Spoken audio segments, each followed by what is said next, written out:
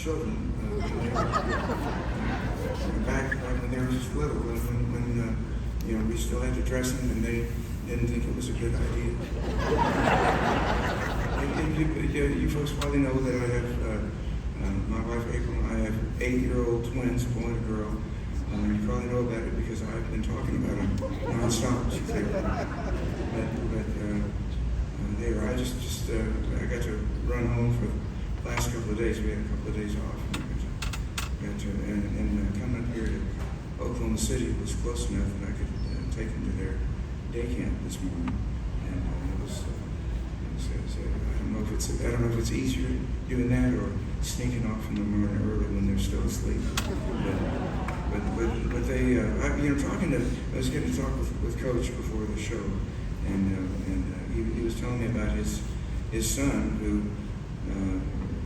took piano lessons when he was little and would practice at home, and then how his mom would pay him a penny a minute to practice, and Coach said that was all the motivation he needed. He would practice, and now he is a songwriter in Nashville. He's that penny a minute led to a career in music, and which I'm hopeful that my children will want to do anything.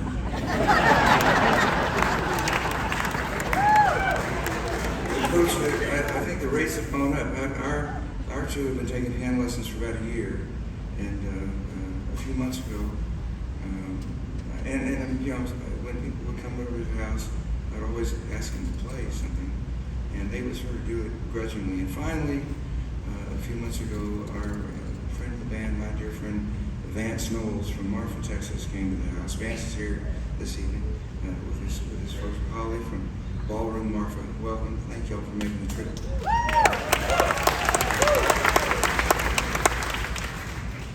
But I asked our boy, I said, play something for Vance. Play something for Vance. And he said, Dad, you're always asking me to play. You're always asking me to play. I don't want to play. I said, I'll give you $10. He went straight to the piano.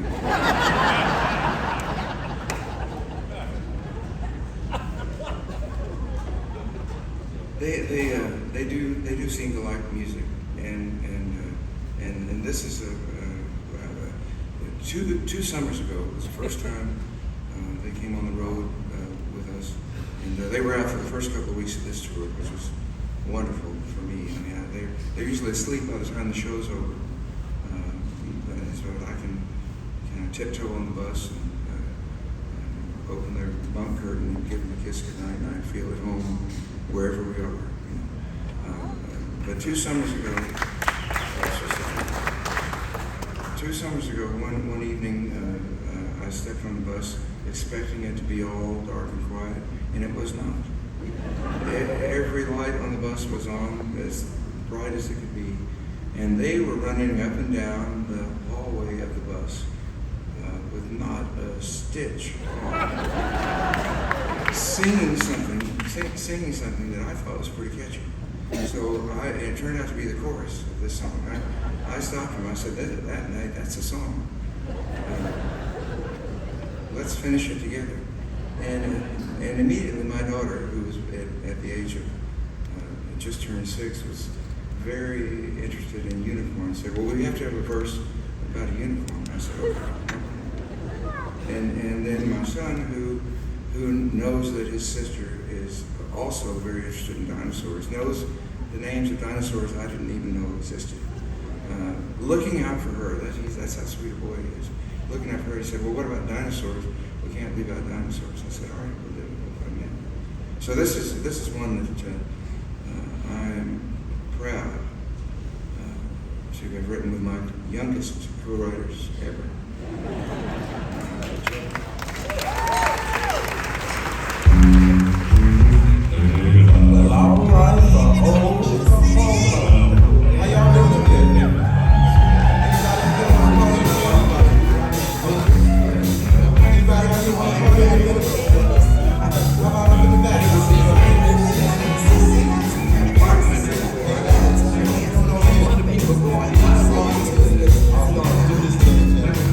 I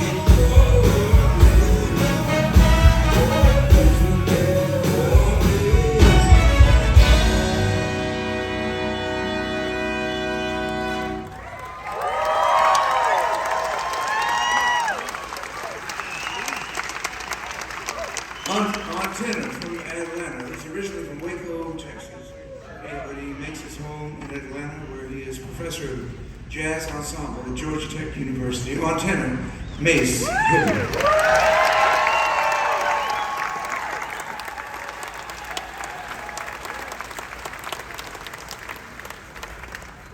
On guitar, originally from Los Angeles, but he's made his home the last year and a half in Austin. The newest Texan in the band, James Harris.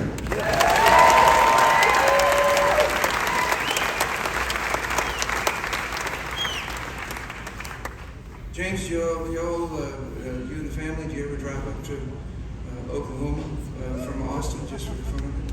A few weeks ago, pop up here. No, I'm kidding. No, we haven't yet. Do you remember the first time you ever came to Oklahoma, James?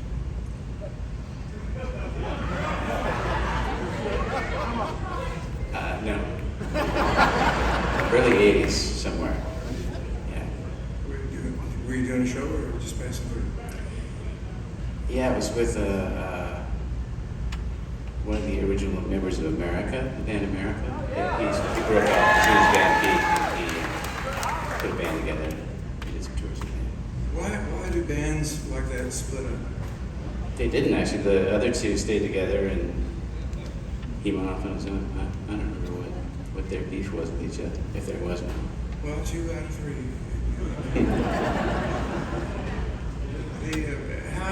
I mean, there have been a few people from California move to Texas and Oklahoma in the last several years. How are the people of Texas treating you, James? Well, a lot better since I changed my California driver's license.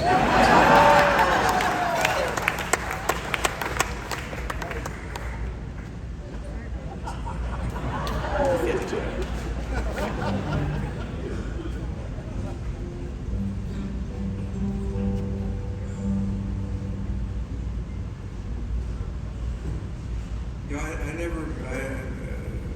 I had no idea what becoming a father at the age of 59 would be like. I mean, I thought children, as I do, I thought children would just like eating. It's not always the case. Sometimes it's a challenge. Our daughter will eat anything, but our son describes himself as a vegetarian. I don't think for moral reasons. I mean, it's been since early on. But he describes himself as a vegetarian who loves bacon.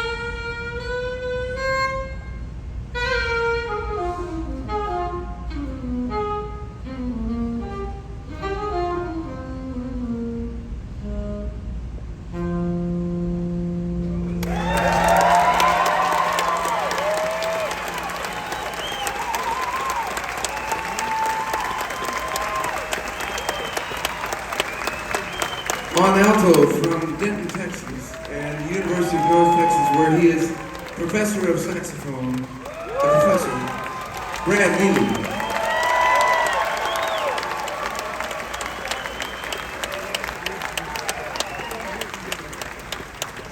On trombone from Muscle Shoals, Alabama. He's an original member of the Muscle Shoals Horns. He is the arranger for the Muscle Shoals Horns and the leader of the Muscle Shoals Horns. On trombone, Charles Rose.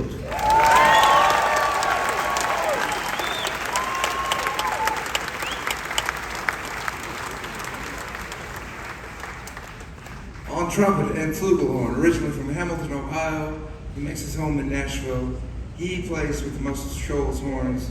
On trumpet, Steve Herman.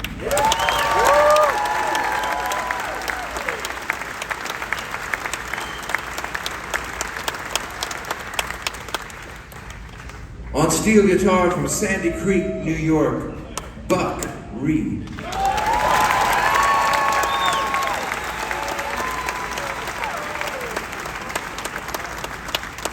On piano from Long Beach, California, Jim Cox.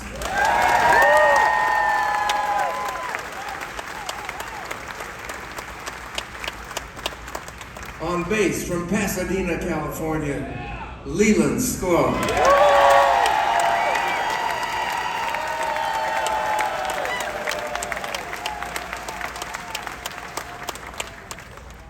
And on drums from Los Angeles, Russ Kunkel.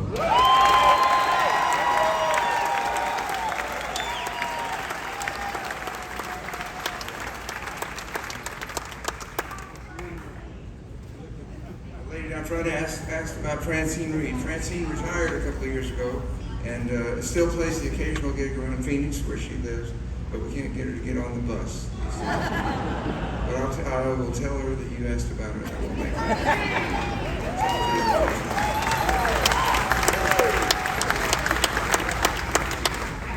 Leland, I usually introduce you as being from Los Angeles, but Pasadena. I mean, Pasadena is a beautiful part of the whole LA basin.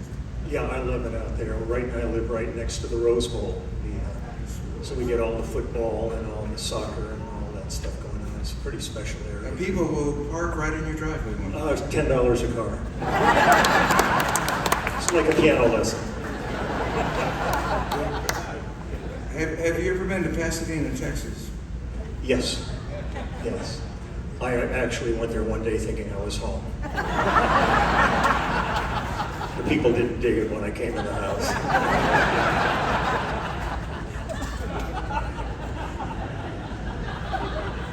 Russell, you've been playing with Leland for some time now. I met Leland in 1988. I was a fan of his and Russ's, for way before that. But I met Leland and got to work with him first in 1988, and then got to work with Russ and Leland together in 1991. You started playing with Lee when? Around 1970, Leland and I got together working with James Taylor. And how much of your careers would you say you've worked together? About 80%. Leland works a lot more. Were you with Leland when he went to Pasadena, Texas? I don't think so. He waited in the car.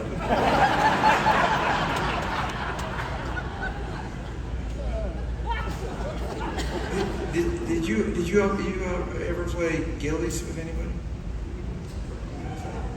Did we ever play Gillies? Because if I did, it would have been with you. One time, but I think I'm not sure you were. That was before we met. I may have been in Pasadena, Texas. You were there, of course. But yeah, Gillies was an experience. Yeah. I played there once before I had a tour manager or anything, and I had to go and go into the office and settle with Sherwood Cryer himself. And he just handed me a paper bag full of something, and I said, "Thank you very much." That was back when my first record was out. This is a song from that one. Came out in 1986, as Coach said, and that almost feels like a long time.